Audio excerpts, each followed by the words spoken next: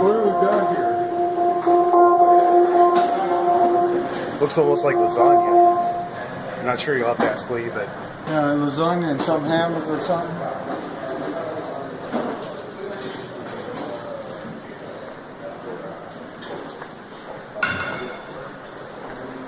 Gotta get a shot of Lee cooking here.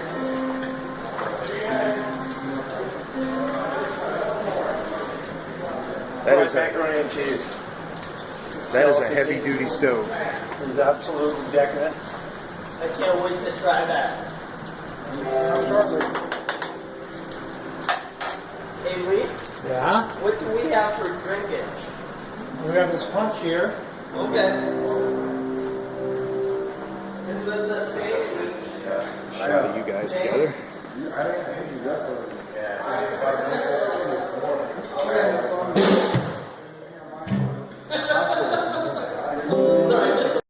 Yeah. Cool. High modal.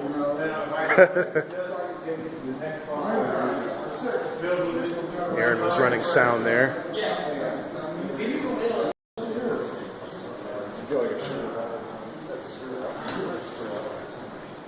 Oh, there we go.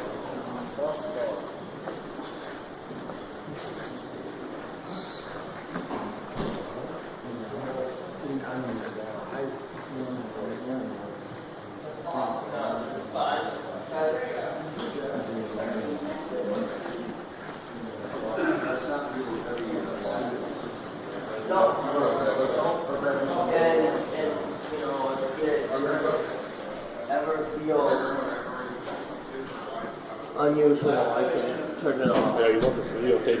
I said, you remember that building that we, years ago that we stopped at? You know, this building is memorable. Mm-hmm. So we went and checked it out one time, a long time ago. Iowa City's got, Cedar Rapids has got some really cool buildings, from Sullivan type bank building down there and stuff. Yeah, and you know, the thing is that we had two great, we still have two great Sullivans in this town, but we had also a great number of the artists that were taught by him. Yeah. You know, and the Methodist Church that's here, Frank Lloyd Wright was his assistant on that one, and you can tell Frank Lloyd Wright's prairie style was almost absorbed from, you know. Well, it's, you know, it is really, I don't think most people in the United States or the world understand the background in terms of art and architecture of Cedar Rapids. No. Pretty special place, you know. No. Or I think a lot of times, a lot of people miss Iowa in general. Yeah. They don't understand that when we came into the Union, to a million, we were the fastest state ever. Yeah. And the fastest state between 1 million and 2 million. Yeah. And all of a sudden, we were the California. Yeah. We had 26 congressmen. 26 congressmen from here. No coast though. No, I know. It just kept going, and that was the problem. And that was, you know, but it really was an incredible time for Iowa. And then we had a pre-fall here before the Depression. Yeah. And actually pre-farm crisis even. You know, Stone City, places like Stone City, that were vibrant right up to about 1910, 1915. Yeah. Then all of a sudden they just took a dive. Well, I got to tell you, my wife's grandmother lived to be 93, and she lived with her family. And it's interesting. She came to Iowa City in an open wagon, and there were lots of Native American tribes down the road type of a deal, where everybody kind of knew that sort of thing. And she lived to see a man walk on the moon, and that's quite a span. Yep, absolutely. So yeah, Iowa was a great place. So talking about a span, Robert, when did you start playing? When I was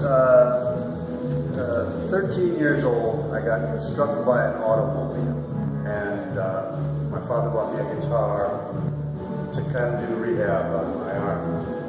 And I got interested in rock and roll and Buddy Holly and Elvis Presley. And it's interesting, I talk about this, back in those days, there wasn't such a multitude of divisions of types of music. For example, you could play on a given night, you could play Elvis or Chuck Berry or Little Richard, or you could play Buddy Holly, or you could play Johnny Cash, and no one would think anything of it.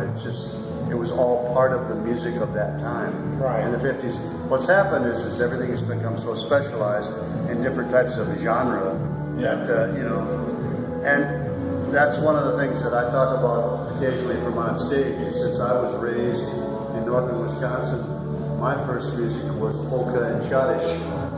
And my second music was Hank Williams. And my third music was the rock scene of the 50s. And then I eventually moved toward blues. But even to this day, I don't feel tied to a specific type of music. I like everything. Good music is good music, they say, and I believe that's true. I know you've played all over and played with lots of greats, but tell me, what does it feel like to open for somebody like John Lee Hooker or Alan Wolf or Muddy Waters? Well, I was very... I mean, I realize you were still in your youth. Yeah. But you had to admire these people. Oh, for sure. But admiration doesn't necessarily mean adulation. No, I know. I felt really comfortable with these people. I mean, I don't know at what point in time I stopped being nervous about anything. Almost, I just don't get nervous. I'm just trying to think of a proper response to what you said. I did play with a lot of neat people, and I at Hampshire Auditorium, opening for Bonnie Raitt or Hall & Oates, even a rock and roll group that are now making a resurgence. Right. Got a new album out, and they've made some stuff. But I never forget being backstage at Hampshire Auditorium and having John Oates come up to me, and he said, "Man, I just hate this whole paparazzi rock and roll scene. I wish," he said, "I would rather be doing what you're doing," which is, just playing by myself and just playing my music, the way I do. Yeah. So. Well, I met you in the summer of '83. Yep. And I came back to Iowa. Right. And I'd been out in Los Angeles, and I was kind of lost. I was coming back here with my first wife and child, knowing that it was either going to make my marriage or break my marriage. And I'd been on a 5-year writing hiatus. I hadn't written a song in 5 years. And out in LA, I'd stopped progressing. I'd stopped listening to things. I'd go to clubs, and I just had a real poison deaf ear. And I came back here and went out to Stone City. On Thursday nights, you decided we were going to play jug band. Yeah, exactly right. And even though I knew what jug band music was, my only real recollection was like the Darlings on Andy Griffith. Oh yeah.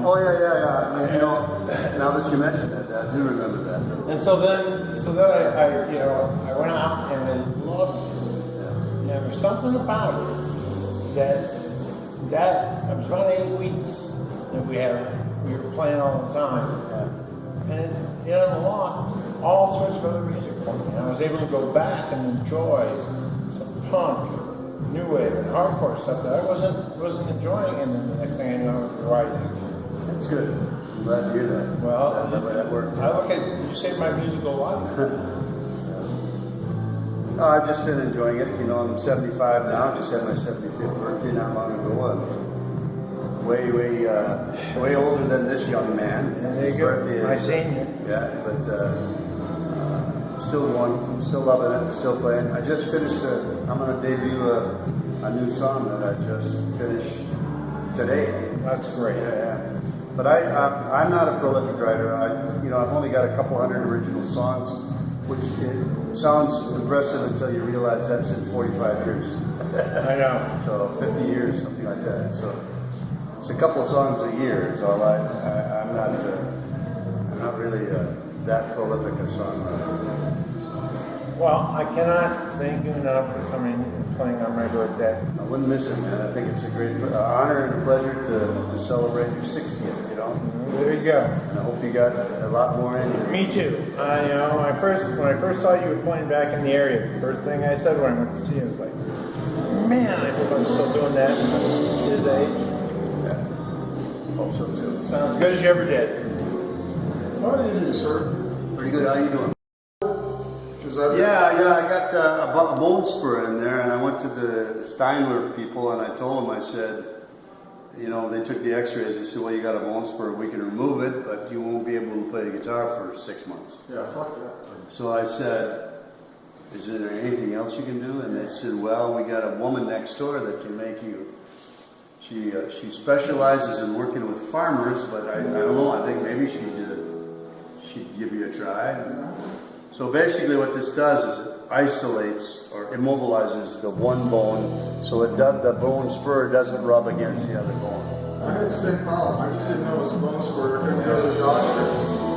Well, it's the only way I can play. Otherwise, about after a half hour, it hurts so bad I can't play. So I heard it say it was a bone spur. I heard you met Sam. Yeah. Okay, this is your 60th birthday. I know it's not your real dad. Sam. You can't ever have a birthday party like this when it's not your birthday. It's the blindest white man I know. Is all that food yours? I mean, did you cook all of it? Oh, I know.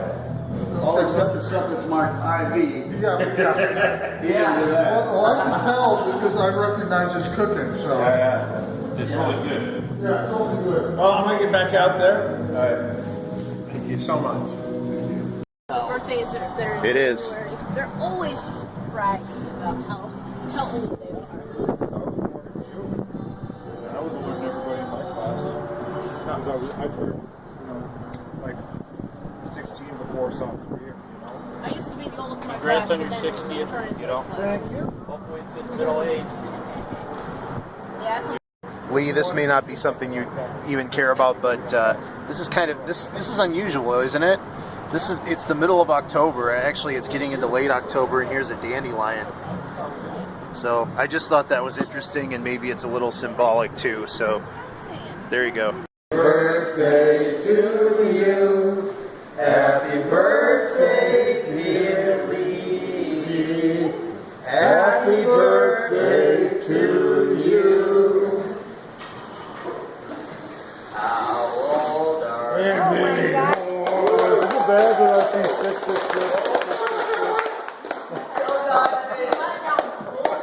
Somebody just find that out, dude. 666. Many more birthdays.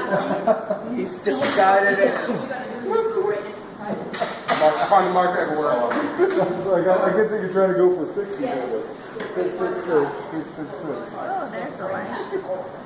Over at the second side. Turn it upside down.